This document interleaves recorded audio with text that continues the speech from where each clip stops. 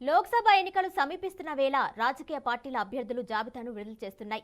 తాజాగా తెలంగాణలోనూ ప్రతిపక్ష బీఆర్ఎస్ అలర్ట్ అయింది. ఇందులో భాగంగా కాసేపట్లో బీఆర్ఎస్ అధినేత కేసీఆర్ తెలంగాణ భవన్ కు రానున్నారు. ముఖ్యంగా కరీంనగర్, పెద్దపల్లి నియోజకవర్గాల నేతలతో సమావేశం కానున్నారు. ఈ నెల 10న కరీంనగర్లో బహిరంగ సభకు ప్లాన్ చేస్తుంది. జన సమీకరణ సభ విజయంపై నేతలకు దిశానిర్దేశం చేయనున్నారు కేసీఆర్. సోమవారం మహబూబాబాద్, ఖమ్మం పార్లమెంట్ నియోజకవర్గం నేతలతో భేటీ కానున్నారు. కాంగ్రెస్ అధికారంలోకి వచ్చిన తర్వాత ఇప్పటి వరకు ఏం చేసింది, గతంలో తమ ప్రభుత్వం ఏం చేసింది అనే అంశాలను ప్రజల్లోకి తీసుకెళ్లనున్నారు.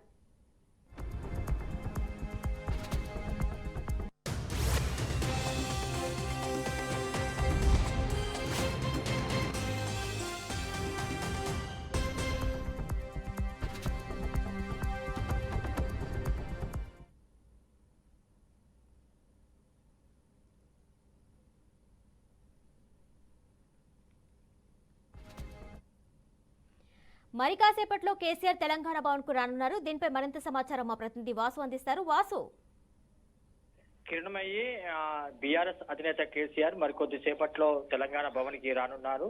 ఆయనతో పాటు బీఆర్ఎస్ వర్కింగ్ ప్రెసిడెంట్ కేటీఆర్ కూడా తెలంగాణ భవన్ కి రానున్నారు. ప్రధానంగా ఇవాళ కరీంనగర్, పెద్దపల్లి నియోజకవర్గాలకు సంబంధించి, పార్లమెంటు నియోజకవర్గాలకు సంబంధించిన సమీక్షా కార్యక్రమం ఉంటుంది. మరికొద్ది రోజుల్లో లోక్సభ షెడ్యూల్ రానున్న నేపథ్యంలో ఆ బీఆర్ఎస్ తరఫున అభ్యర్థుల ఖరారు చేయడం కానీ, అట్లాగే ఎన్నికల ప్రచార వ్యూహం ఖరారు చేయడం కానీ, ప్రజల్లోకి ఏ రకంగా వెళ్లాలనే వ్యూహం పైన ఇవాళ ప్రధానంగా చర్చ జరిగే అవకాశం ఉంది. ఈ సమావేశానికి పార్టీ సీనియర్ నేతలతో పాటు కరీంనగర్, పెద్దపల్లికి సంబంధించిన జిల్లా నేతలు కూడా హాజరవుతారు.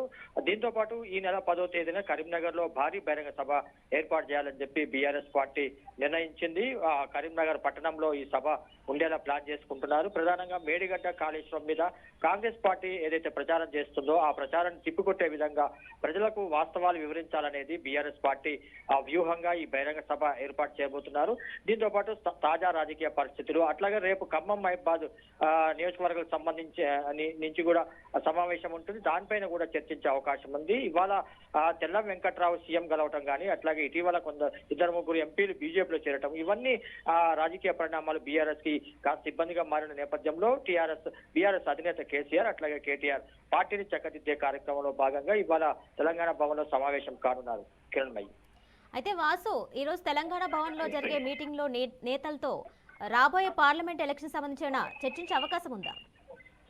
అంటే మెయిన్ ఎజెండానే అది రాబోయే లోక్సభ ఎన్నికలకు సంబంధించి ప్రచారాన్ని ఖరారు చేయటం, అభ్యర్థుల్ని ఖరారు చేయటం. అభ్యర్థులు కూడా చాలా మంది, ఇప్పుడు 9 మంది గతంలో గెలిచిన అభ్యర్థి, ముగ్గురు ఎంపీలు, ఒక ఎంపీ పెద్దపల్లి ఎంపీ కాంగ్రెస్ లో చేరారు. అట్లాగే నగర్ కర్నూలు, జహీరాబాద్ ఎంపీలలో బీజేపీలో చేరారు. జహీరాబాద్ ఎంపీకి జహీరాబాద్ బీజేపీ టికెట్ వచ్చింది. అట్లాగే నగర్ కర్నూలు సంబంధించిన రాములు కుమారుడు భరత్ కి కూడా బీజేపీ టికెట్ ఇచ్చింది. ఇట్లా ఒకరొకరు పార్టీ నుంచి విడిపోవటం కానీ, సీనియర్ నేతలు పార్టీ నుంచి జారిపోవటం కానీ, ఇవన్నీ కూడా బీఆర్ఎస్ పార్టీకి ఇబ్బందిగా మారిన క్రమంలో బీఆర్ఎస్ అధినేత ఏం చేస్తారనేది ఆసక్తికరంగా మారింది. ఆయన పార్టీ క్యాడర్ నిలుపుకోవడం కానీ, ఇటు కాంగ్రెస్ నుంచి వస్తున్న ఎదురుదాడిని తట్టుకోవడం, ఇవన్నీ కూడా ఆయనకు సవాల్గా మారిన నేపథ్యంలో లోక్సభ ఎన్నికల్లో ఆయన పోటీ చేసి అభ్యర్థులు ఖరారు చేసే ప్రక్రియను కూడా చేపట్టాల్సి ఉంటుంది. కాబట్టి ఇవన్నీ కూడా ఆయన ఈ రోజు జరిగే సమావేశంలో ప్రధానంగా కరీంనగర్, పెద్దపల్లి పార్లమెంట్ కి సంబంధించిన అభ్యర్థుల ఖరారు, అట్లాగే కాళేశ్వరం ప్రాజెక్టు మీద ఏ రకంగా ముందుకెళ్లాలి, ఈ అంశాలన్నింటిని కూడా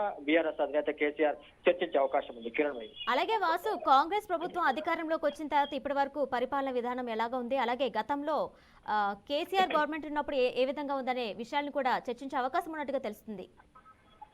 అదే తాజా రాజకీయ పరిస్థితులు, రాష్ట్రంలో నెలకొన్న పరిస్థితులు, అట్లాగే ప్రధానంగా కాంగ్రెస్ పార్టీ ఏదైతే కాళేశ్వరం ప్రాజెక్టు మీద బీఆర్ఎస్ పార్టీ ఎన్నికలకు ముందు ఏ రకంగా అయితే ప్రచారానికి వాడుకుందో, ఎన్నికల తర్వాత మేడిగడ్డ బ్యారేజ్ కుంగుబాటు కావటం కానీ, అట్లాగే అన్నారం బ్యారేజ్ నుంచి వాటర్ లీక్ కావటం కానీ, ఇవన్నీ కూడా కాంగ్రెస్ పార్టీ తనకు అనుకూలంగా మలుచుకుంది.